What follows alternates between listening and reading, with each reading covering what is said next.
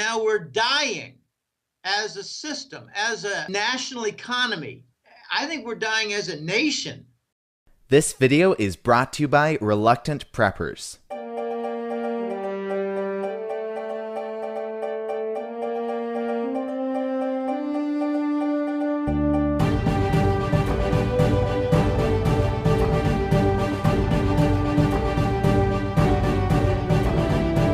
Click here to subscribe for free to reluctantpreppers.com.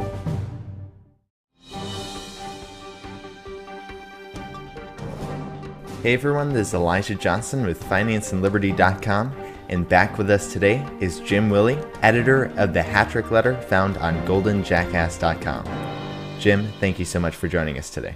Oh, it's a pleasure. We're finally in the end game. Right, and I know we've talked a lot about the death of the dollar, and you've recently stated that there's an assault on anything and everything to support the dying US dollar. Did you want to start us off by talking a little bit about this? Yeah, well, look what's happening to gold. It went under 1,200. Look what happened to crude oil. It's threatening 90. Look what's going on with the foreign currencies. We're around 125 for the euro. All these different instruments, all these different vehicles that are in, how do you say, opposition, negative correlation with the dollar are all being put down, pushed down, really smacked down, slammed down. And it's lifting the dollar to give it life, but in a bad way. I've got a funny phrase that I've been using for 3 years, Elijah. The dollar will, in the very end, the dollar will rise and rise and rise some more and finally die. The fact that it's rising so sharply is not a sign of its strength. It's a sign of its imminent death. But a big question is, who's doing this? How is it being done? Well, I believe it's done in two major places. The Chief Investment Office of J.P. Morgan. That was the site of the London whale with his interest rate swap derivatives used in a huge way to support the treasury bonds with artificial demand, all of which they lied about, both in the volume.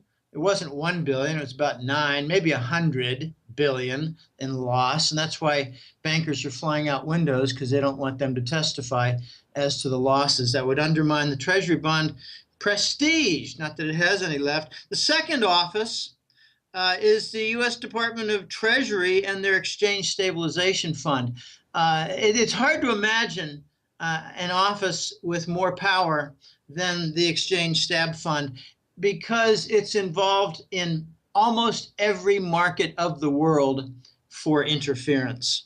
So they've got a US dollar platform that's built upon QE, the bond monetization, unsterilized. They've got the various delusional platforms, foundation system is a better word, of what I call the whirling dervish of derivatives that spin so fast that they appear to have mass.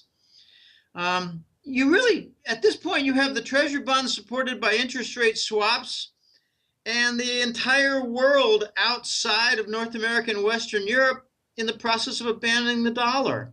So the US dollar is causing tremendous problems around the world, and most participants, most big commercial players, the trade partners, the large nations of the world in the global economy, they realize we're in an end game here, Elijah. This is I think, noting the beginning of tremendous changes coming to most financial markets, but led by gold and silver. I noticed a client of mine sent me a chart this morning. It's a long-term 20-year chart on gold. And we're at a long-term support line here. And those Elliott wave folks out there, I mean, there's some merit to that theory on technical analysis of charts. It shows a very big impulse down move, multi-year impulse down move, and I think it's concluding around now.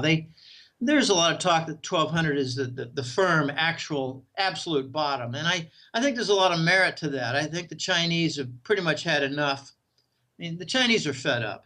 So we're in the end game here, Elijah. Exactly. And just as you explained in your recent article, monetary policy is killing the system. You said that basically the Federal Reserve has no other choice but to continue indefinitely with zero interest rate policy and inflating away the dollar through quantitative easing. Yes. In 2009, when they brought down the interest rate to zero, which I forecasted in advance, I said that after Lehman, we're going to go down to zero, and we did. When we got to zero, I mentioned that it's going to be forever.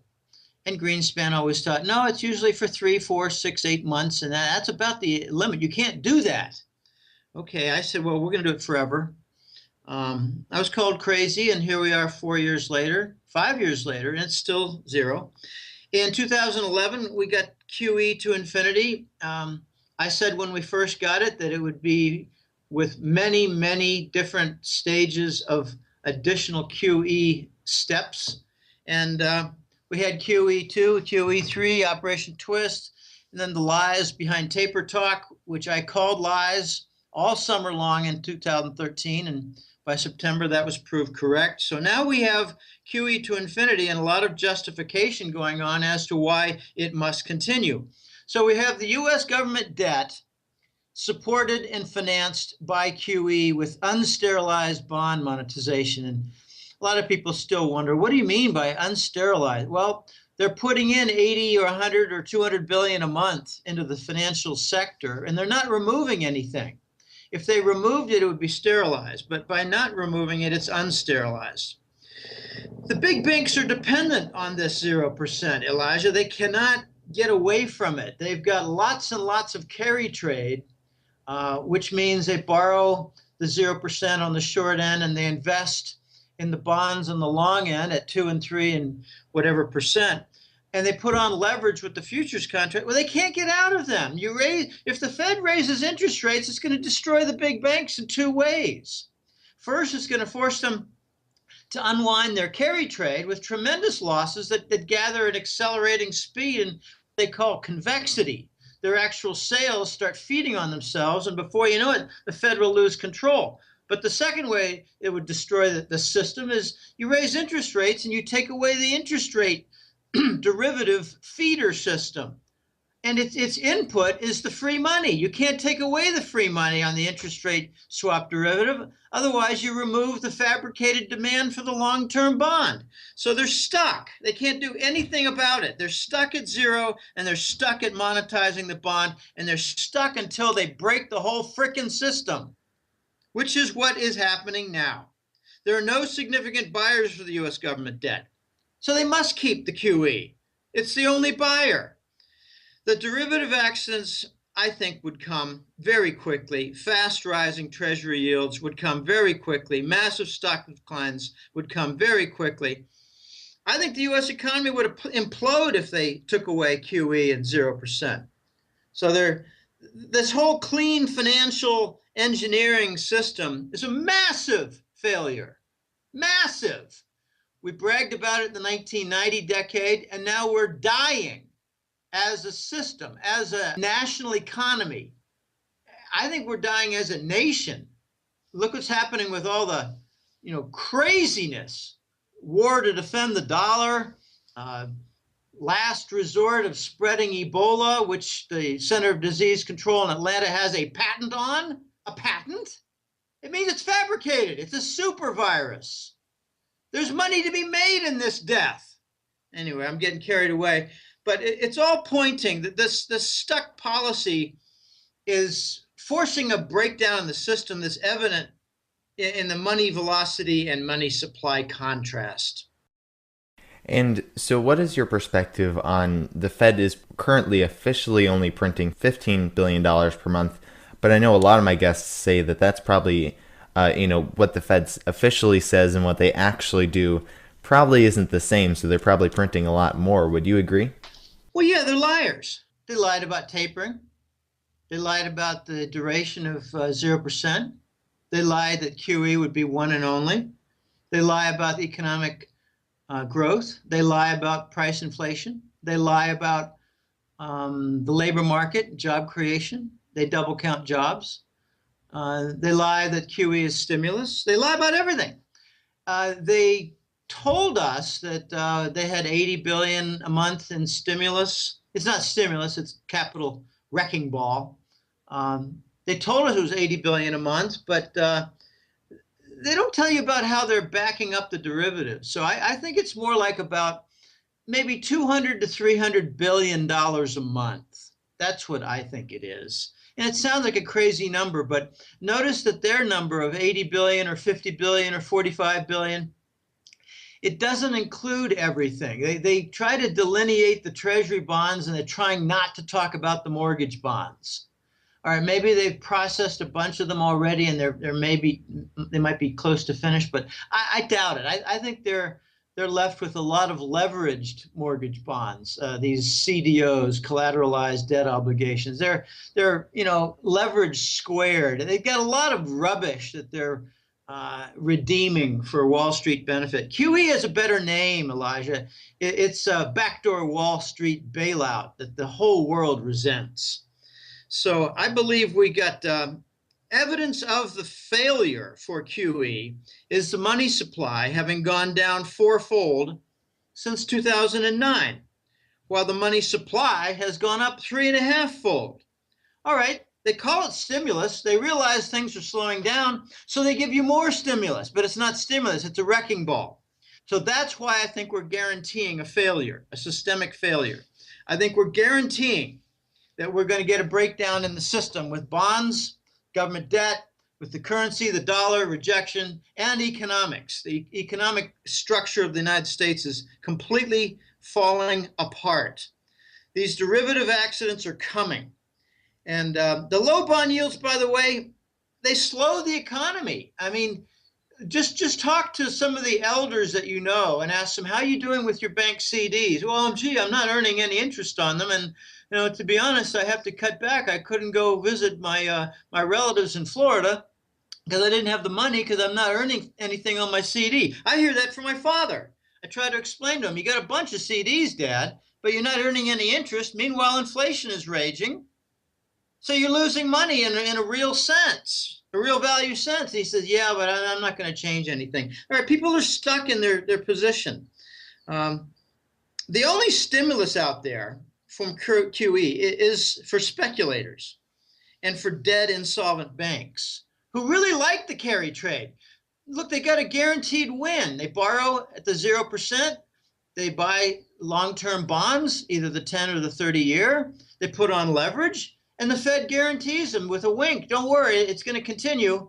Don't pay any attention to what we're saying to the press and saying to the public about tapering. No, don't worry about that. We don't want you to start selling in an avalanche and unwind your carry trade. So don't worry, everything's going to be fine. We're going to continue this for a long, long time. They're stuck.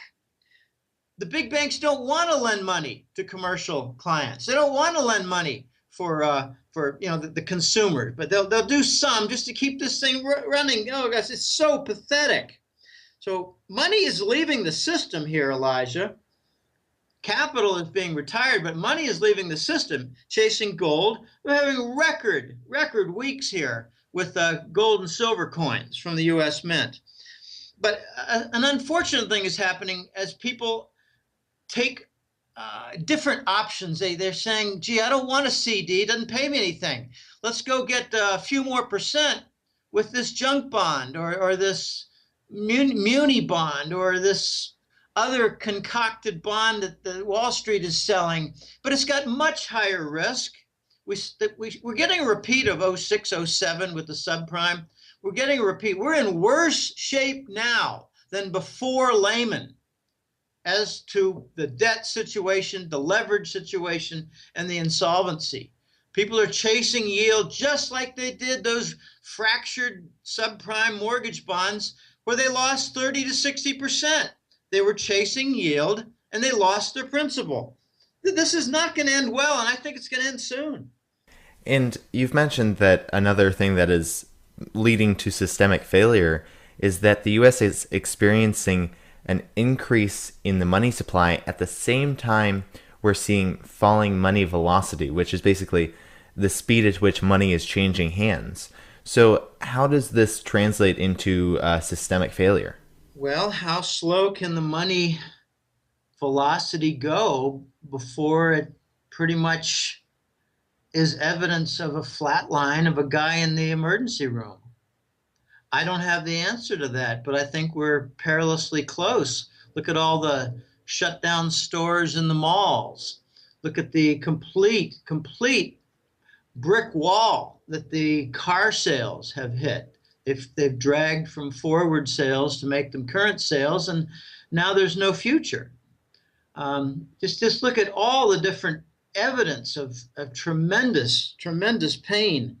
I don't have there's no precedent for this kind of situation in the history of the United States where we're expanding the money supply so rapidly. It used to be before 1994 that we would expand the money supply in sync, in accordance with economic growth. So what we're seeing now is a recession, and don't believe it, right? I mean, it's a problem for the moronic masses when they talk about economic growth and the sluggish recovery. Now we're stuck in a -4 to -6% annual recession every single year. We've got tremendous depression, fierce recession, if not depression, in progress right now. So you've got this deep damage, and it just can't be sustained because we're expanding the money supply huge, even though we have no growth. We're going backwards in economic growth, and we're going into, high gear, unprecedented high gear for money expansion. The old rule in classical economics, which is valid economics, not Keynesian crap, is that you cannot expand the money supply above and beyond economic growth. Otherwise, you cause asset bubbles. The asset bubble now is with the Treasury bond, the U.S. Treasury. The asset bubble is with the U.S. stock market, the entire market. The asset bubble is a strange, queer thing called the banking derivatives, which we've talked about some, and it's very hard to say, well, its values are going out of sight. They are going out of sight because the money feeding into them is going out of sight. We've got a breakdown going on. It's like you're hitting the accelerator and you're going backwards faster. That doesn't make any sense. We've never seen this before, Elijah. So you can't say, well, we're going to increase the money supply another 100% based on the base of 2009, and that ought to fix it. No, it's going to slow it down further. At what point is it slowed down so slow that it causes systemic failure? Well, how about the 24% unemployment? How about the, 61% something, 61 point something percent for participation in the labor market? What's dead zone bottom? I don't know, 60? My gosh, we got 39% of the effective labor force not working. We don't count a lot of them as unemployed. We only count 24%. I mean, these are breakdown figures. In your article, you talked about what the logical conclusion is to all of this. Did you want to expand a little bit more on what you see coming? Well, we're going to get some extreme events. To put it in medical terms, the dollar represents a contaminated blood system within the economic capital body. The U.S. government is attacking any nation that resists U.S. dollar usage and trade.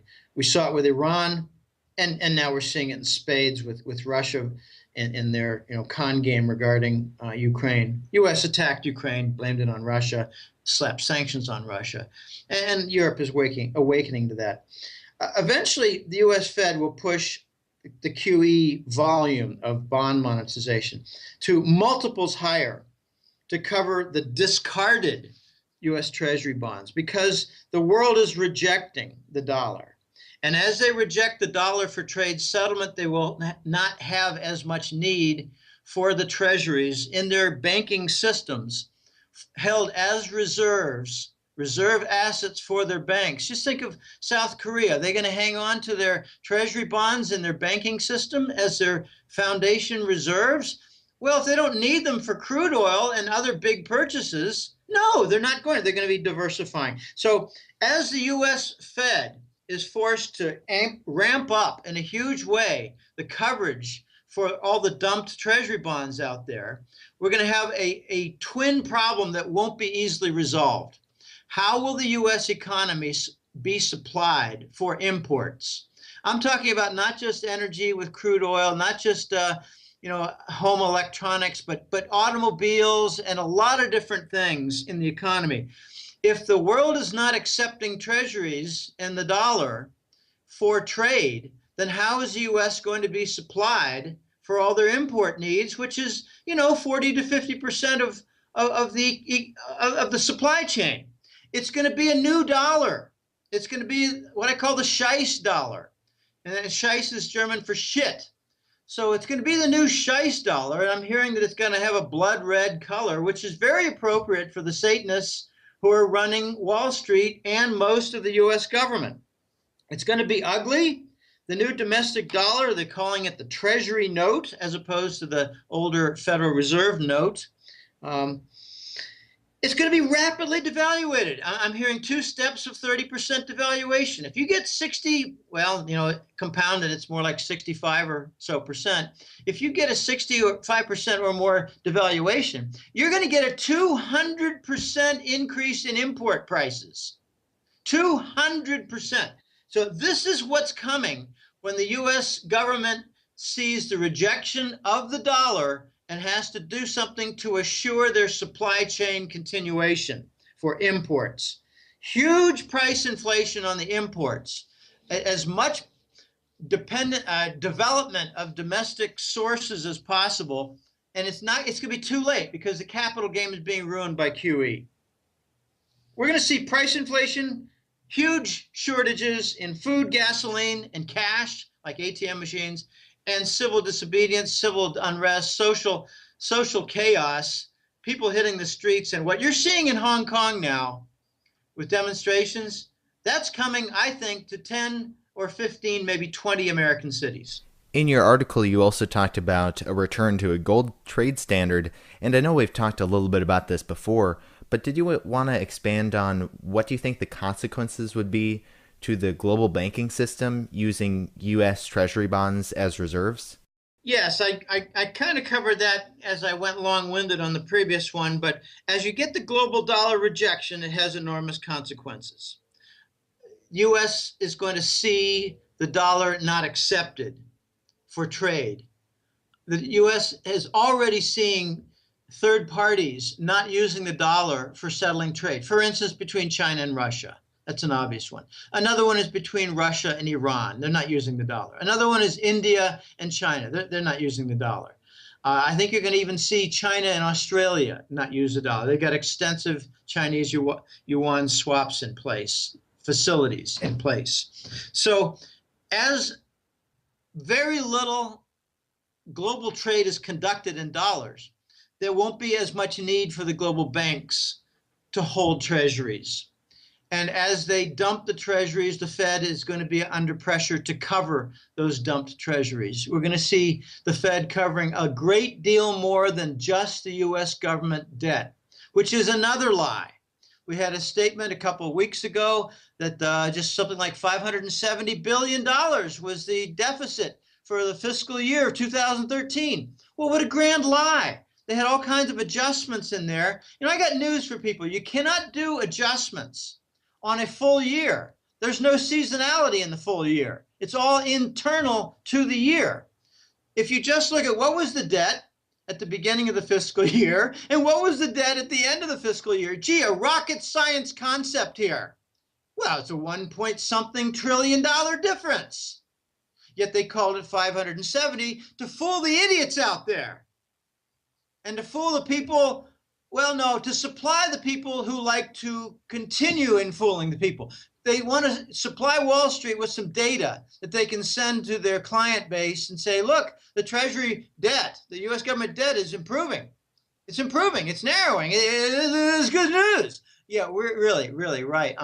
It's $1 trillion bigger than the previous year. So where's the reduction in the deficit? No, what we're going to get is a major blow coming real soon. We've already seen the Russians and Chinese announce that they're not going to be using the dollar. It's far more than just their energy trade and pipeline. The pipeline construction between China and Russia and elsewhere, like to Japan, the Gazprom pipelines, they're going to be financed by treasury bonds. I mean, it's not only that they're going to use different currency like yuan for their settlement of trade between Russia and China, they're actually going to dump the US dollars to build it. A big blow is coming. The Saudis are very soon going to say, we don't necessarily require dollars for crude oil purchases. It's okay. You got, British pounds or euros or Swiss francs or yen. It's all good. You want to use South African, rand. It's all good. Brazilian real. It's okay. We'll take them all. And once they do that, once the Saudis say non-dollar is okay for settling in oil purchases, you're going to see a massive amount of dumping of treasury bonds. And the Fed is going to be compelled to soak them up. This is the soaking up process that I referred to before. They're going to have to ramp up their QE to cover the foreign dumping. And then after Saudis announce that, all the other OPEC nations, especially the Persian Gulf nations like Qatar, UAE, Kuwait, Oman, Bahrain, they're all going to say, we don't necessarily require the dollar for oil purchases. So all their customers are going to say, oh, same thing. We don't need to hold on to these treasury bonds so much.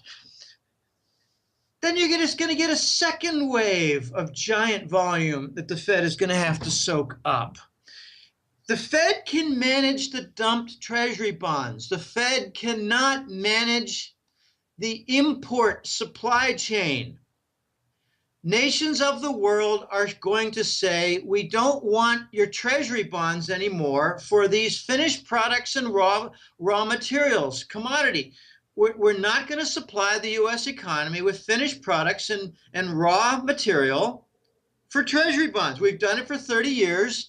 And it's one of the biggest frauds in the history of mankind.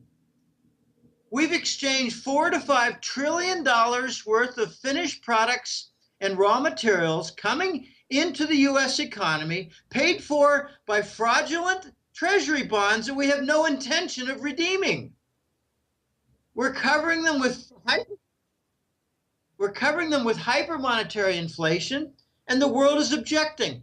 The world is not going to supply the U.S. economy with its imports any longer, starting real soon. And I don't have the exact date. We're moving toward the point of breakdown. The BRICS are then going to turn around and say, we've got a gold trade standard here. We got some gold trade notes you can use as letters of credit. You got to put up the gold collateral. And by the way, all this time we called it a BRICS Development Bank. Well, we gave it a wrong name. It's more like a BRICS Central Bank. And it's backed with gold. And it's backed with more gold than Fort Knox ever had. So the BRICS are going to bring in a new gold-backed currency to work side by side with their gold trade note used as letter of credit. It's going to force tremendous changes with the global bank reserves. They're going to start moving out of the treasury bonds, and that'll be the end of the American empire. The United States is going to be humiliated to produce its own shice dollar for domestic purposes. By that I mean it's not going to be a global currency. It's going to be a U.S. currency finally. What kind of standing and merit on the fundamentals does the U.S. have for a new currency? Trillion-dollar debt, dependence on a printing press to keep it financed, huge imports, insolvent banks, and an infrastructure that's kind of bad shape, and dependence now on shale oil and fracking gas. The fracking gas destroys the groundwater system to contamination, while the shale oil business has a pretty poor energy return on investment, like 3 times worse than the traditional, conventional oil business. So the gold standard's coming back. It's not going to be led by the U.S. The U.S. will be left kicking and screaming, and I think it's going to lose its entire Western European group of allies. We got an end game coming here, Elijah, and I think we're in it. And I think I've got a pretty good indication based on some comments from The Voice and some debate that we've had for a good couple months in my team. I don't know what to call us. We're just a group of guys who are, I think they're all bright. Some of them are brighter than me, and I have no problem in inviting them to be on my staff of trusted colleagues for chewing things over and trying to make sense of what's going on. But I got a pretty good idea of how this is going to conclude, like the triggers. Okay, we've been talking for quite a while that the U.S. banks and the London banks and, their key Western European allied banks, they're going to suffer a big event, a contagion failure event. And I thought, even The Voice thought 2 or 3 years ago, he said, you're going to see an important intermediary bank, a mid-sized to somewhat large bank, an intermediary bank fail. And it's going to have consequences for its like, think of it as parent bank, more senior associate bank, the reverse of intermediary. And it would cause some bank failures, and it would lead to a contagion. One would hit another. And notice, for instance, that when the Portuguese bank, Banco Espírito Santo, entered a failure, you had a lot of groans from some big French banks. Okay, here's why that sequence is not going to result in the breakdown that we're anticipating for the system. We're going toward a breakdown. There's no doubt we're going to get a breakdown. So the big question is, how is it going to happen? Well, they came in and patched up Banco Espírito Santo in Portugal. They patched it up. They had some nasty events. The credit default swap owners, the bond insurance holders, some of them got screwed because of the fine print of the derivatives, which are very imperfect entities. I don't want to get into their imperfections because I'm making a point here on Endgame. But BES in Portugal, the big bank, it's one of their 3 big banks. It did not go down. It did not cause a contagion. And we saw once again how the central banks teamed together to make sure that it wouldn't fail. They patched it over with junk, with phony money. Okay, Draghi at the Euro Central Bank, he's got some official junk patches, LTFO, long-term finance operation. He's got some super senior junk bonds that he claims that he could just dictate because he's Prince Draghi. He could just dictate that this new bond is senior to sovereign bonds. Wow. So the European Central Bank has more power than all the nations under it. Right. Well, the German High Court is slamming them down and saying that they're illegal. So these patches are not legal, but they're still being applied and they're preventing the failure. So where is the vulnerability? As we've been saying in the gold community for a long time, the vulnerability comes when they run out of gold to continue their games. If they don't have any gold, they can't supply it into the market as a basis, highly leveraged. Like right now, 100 paper ounces of gold support 1 physical ounce of gold. By that I mean you take the full amount of gold out there in physical inventory sitting, say, in the COMEX or in the JP Morgan vaults. Take that whole gold volume. Well, what's the volume of all the paper gold contracts out there from their naked shorts, which mean they sell gold and never deliver on it and knock the price down. This is an indescribably corrupted market, one of the most corrupted markets in the history of mankind, side by side with its nemesis, the treasury bonds, one of the most corrupted markets in the history of mankind. So the vulnerability is the gold market. In Shanghai, they opened up, I think it was about a year ago, maybe a little more, they opened up a gold exchange.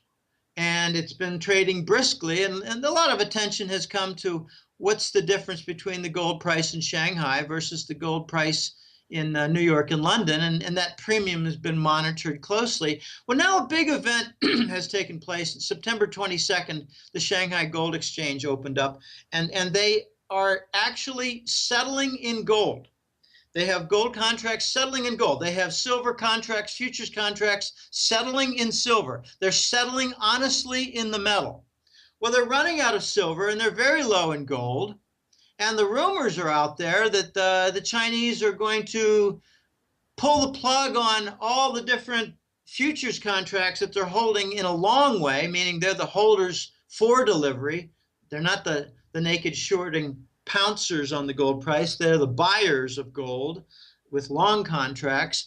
The rumors are that the Chinese are going to call them in and wreck the system, but I don't think that's the way it's going to happen. I don't think that is how it will unfold.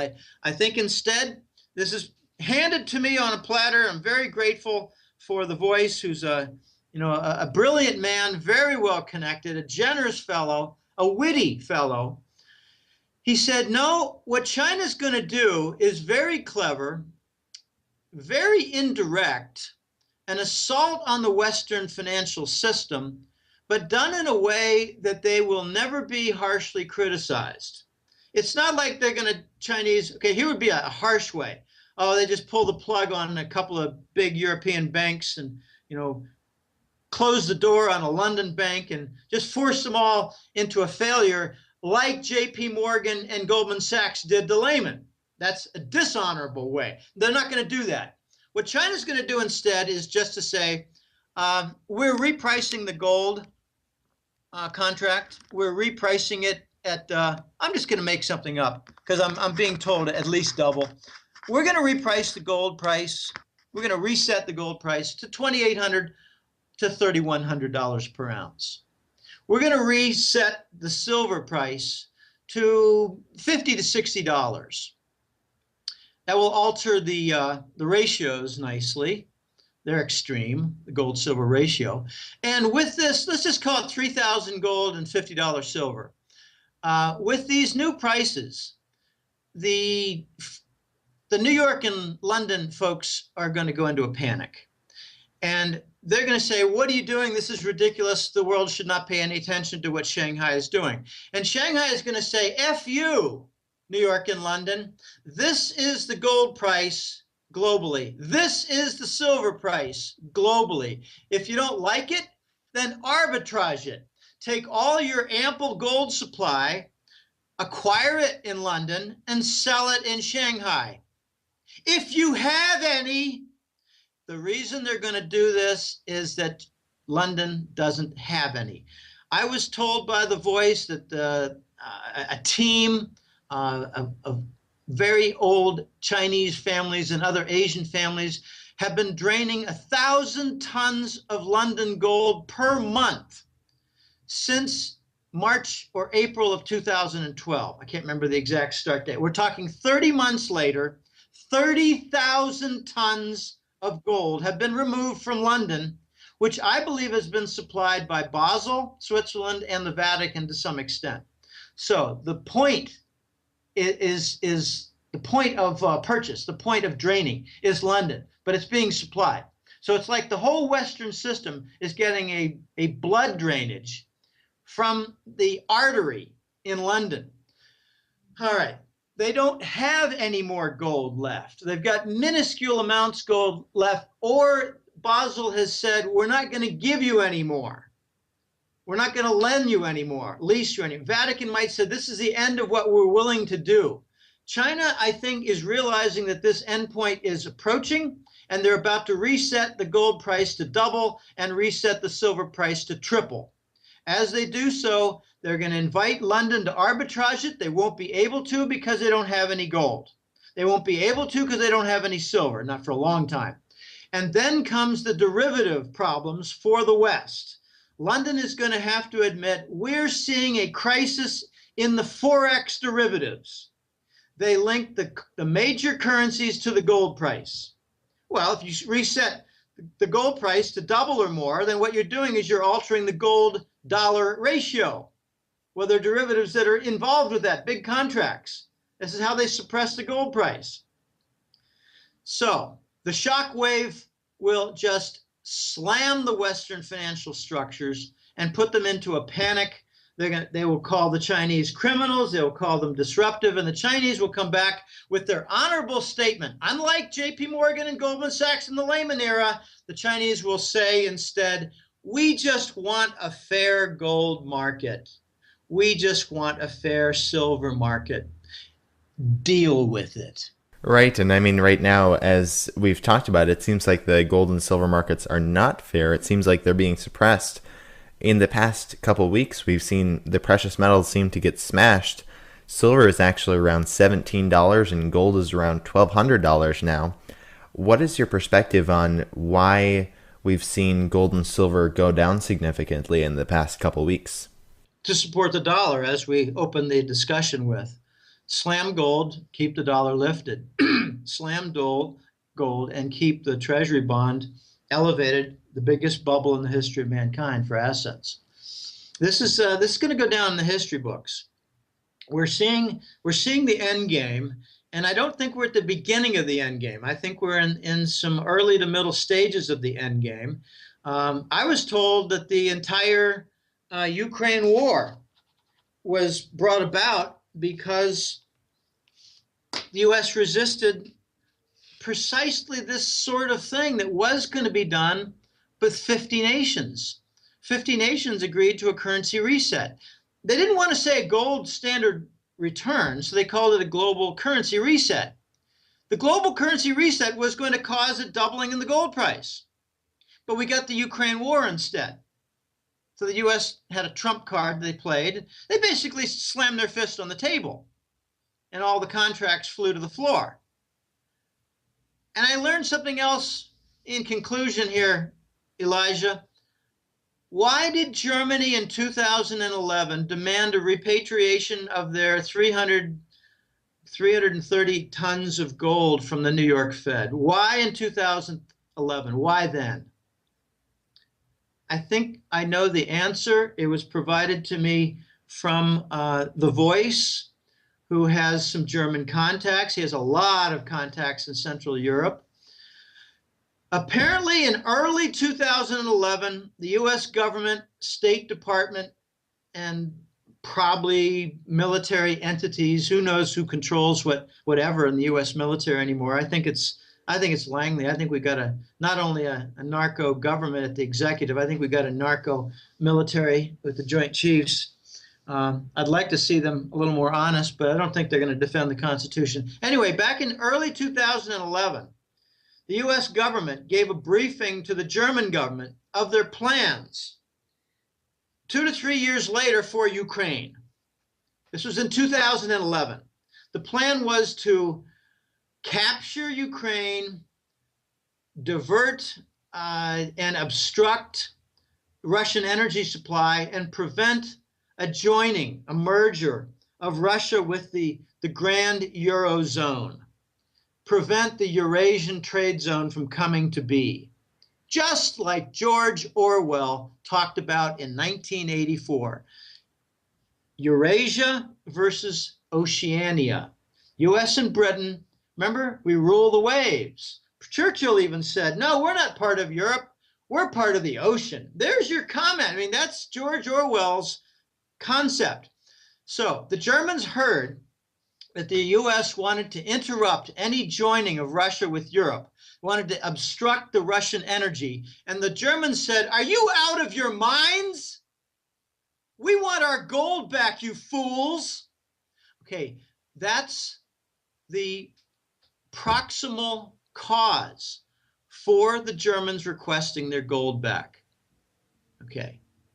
I mean, we got a lot of hidden motives here. Why did the U.S. grant most favored nation status to China in 1999? Because it was part of a massive gold lease to continue the game.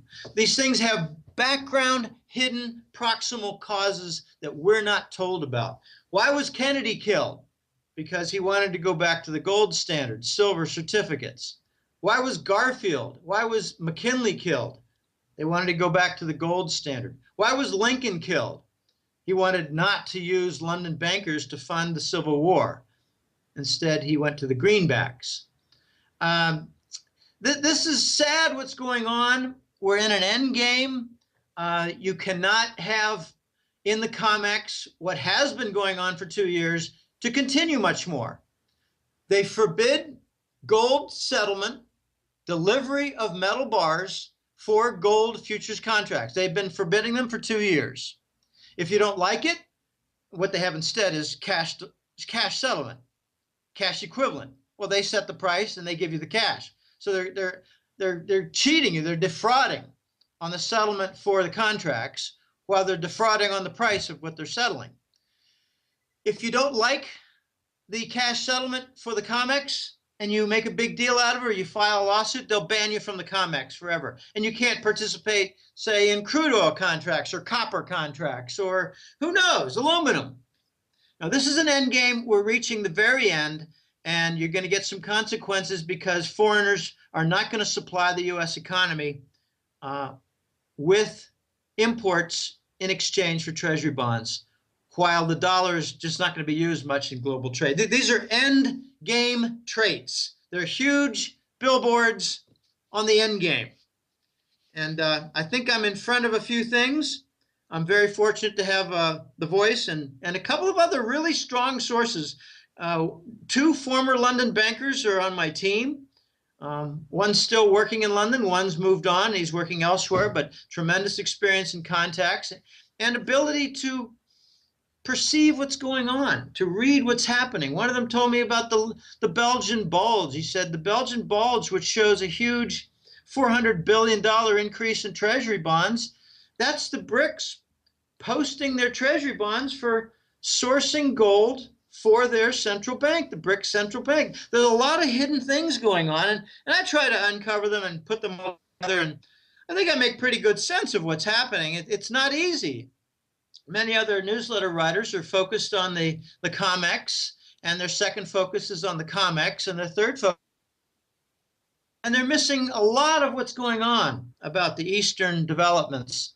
I mean, guys like Paul Craig Roberts, they're really astute in noticing the details and fractures of the U.S. foreign policy, but he doesn't have a clue, doesn't have any information at all about Eastern alliance with the formation of the Eurasian trade zone of Russia and Germany coming together. Germany's already decided they're going to work with the BRICS. They're going to abandon the euro. They're going to go straight to the BRICS gold currency. They're going to bypass any Nordic euro, an honest euro for, say, the healthiest of the European nations. I was told in 2009.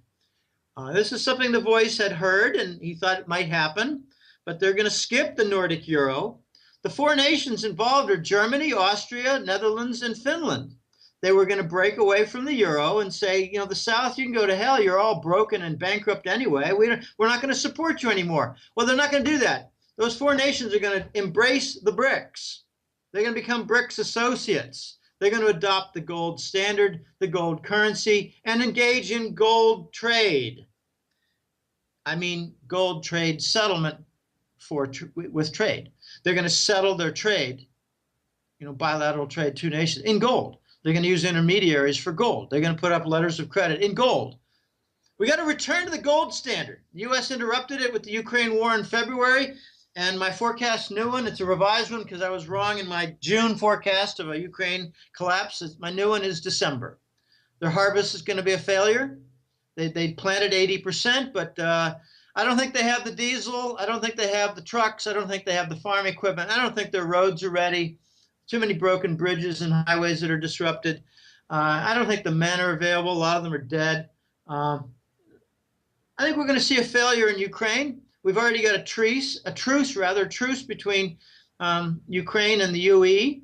The U.S. tried to interfere with it. Merkel and Putin engineered it. So this is another end game that the U.S. is just getting blocked everywhere they try some of their insane, violent dollar defense and foreign policy. We're in the end game, Elijah. It's not going to end pretty, but it's going to end very favorable for gold.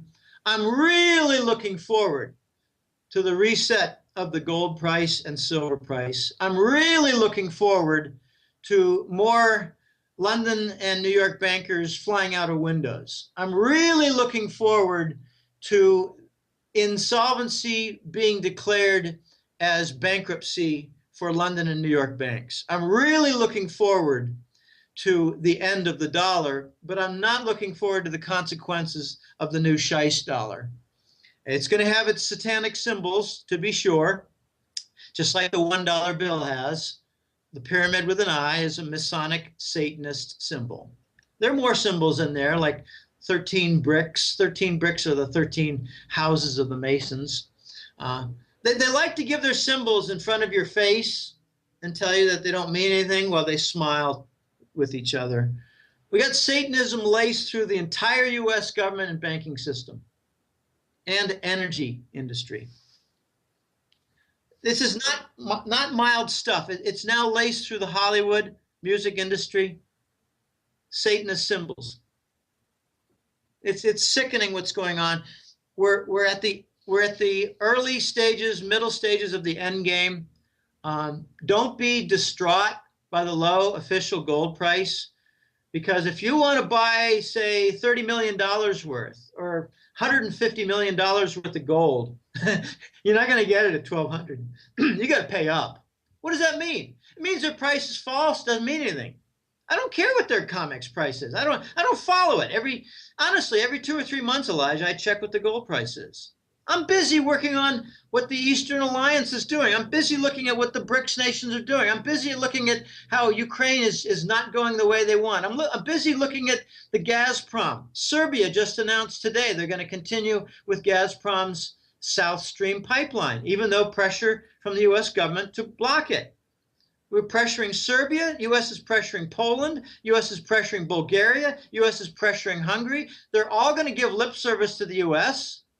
while they continue with the Gazprom pipeline called South Stream, which works around, it skirts around Ukraine. It's the Kremlin Gazprom plan to get around, to circumvent the fraud, incredible fraud and siphoning thefts by the Ukrainians. They got 3, 4, 5 months of underground supply, and much of it is stolen. Russia doesn't like it anymore. We get so many pressures in this end game that I think we're actually in the end. This is the end of suppression for gold. The liberation of gold and silver is coming. It is now visible. All right. Well, Jim, Willie, thank you so much for joining us today and sharing your insights. Did you want to share with the viewers where they can find you, and if you had any last thoughts you'd like to add? I don't have any last thoughts. I just invite people to go to the Golden Jackass, www.goldenjackass.com website. There's a lot of free material in there for newer folks. For those who've been well along in this battle, it's like we're warriors. I call some of us jackass wannabes. It's kind of silly, but we're gold warriors. There's a lot of free material in there. I have the most recent public articles, which are fewer in number because I'm doing more interviews.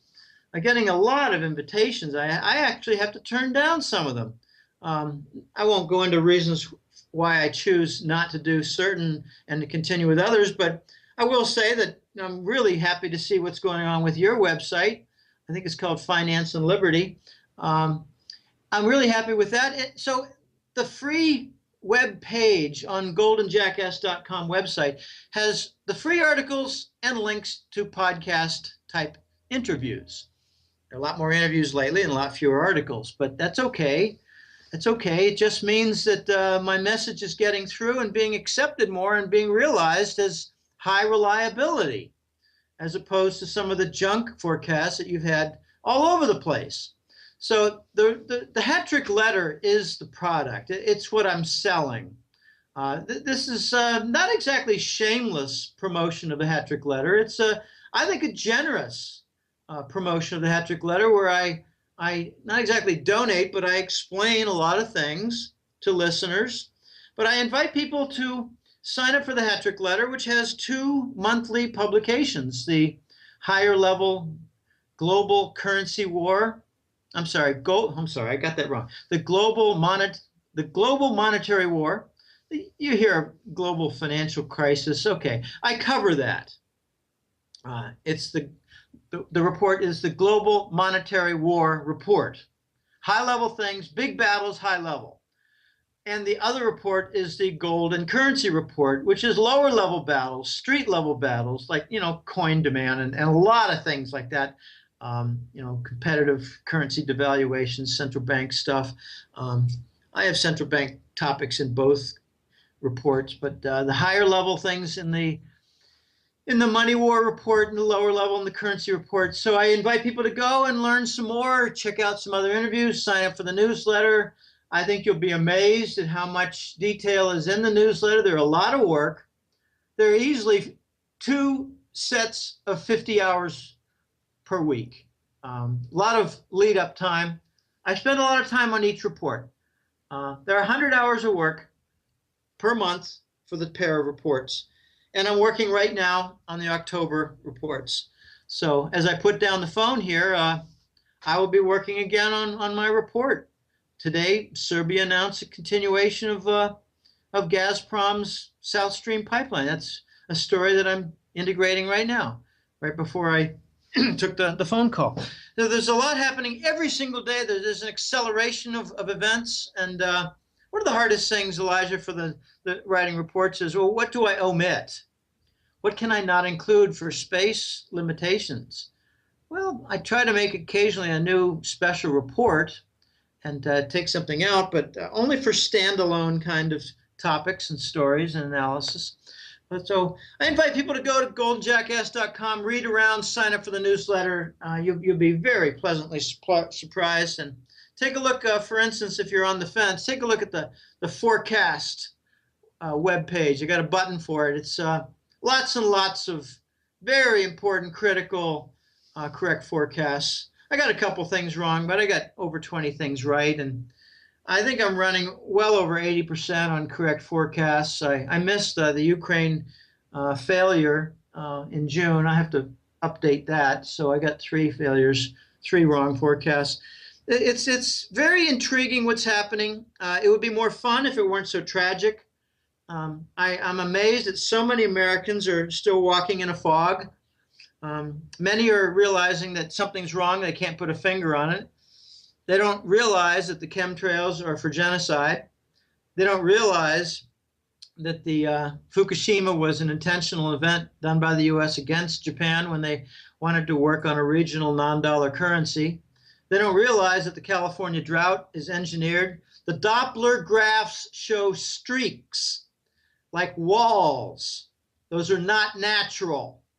They don't realize Hurricane Sandy in 2012 was fabricated. We watched its fabrication done by the Dutch Rinse engineers. The observation was done by the Dutch Rinse engineers. The actual HARP event was done by the U.S. boys. We saw that starting in March and April and May. It built up. The plans were building up, and the actual storm was formed in August. We watched its microwave developments, evidence. Microwave is not natural in hurricane development. It's man-made. So a lot of things going on. I cover some of the nasty stuff. I try to touch on them and move away and stick with the banks, the economies, the energy world, the gold world, the currencies, central bank policy, and all that. So, all right, well, it's good being on, Elijah, and as always, we covered a lot of good ground. Definitely. Thank you once again, Jim. Okay, my pleasure. Bye now. This video was brought to you by ReluctantPreppers.com. Click here to watch Reluctant Prepper's latest interview with expert off-the-grid medical doctor and founder of a thriving survival compound, Dr. Jay Nielsen of Wellness RX. Nielsen joins Reluctant Preppers in this episode number 1 to reveal the essential family medical emergency supplies you must obtain to keep your family safe in an extreme situation. Now, a clip from the interview. I mean, I have a lot of things down there. I have an entire welding lab. I have an entire grizzly wood shop. I have everything I need to run an entire city. Okay, I've got 300 solar panels and, power supplies and 50,000 gallons of roof water storage and 14 miles of fence and 40 acres of drip irrigation. Okay, I'm ready to farm, feed myself, protect myself,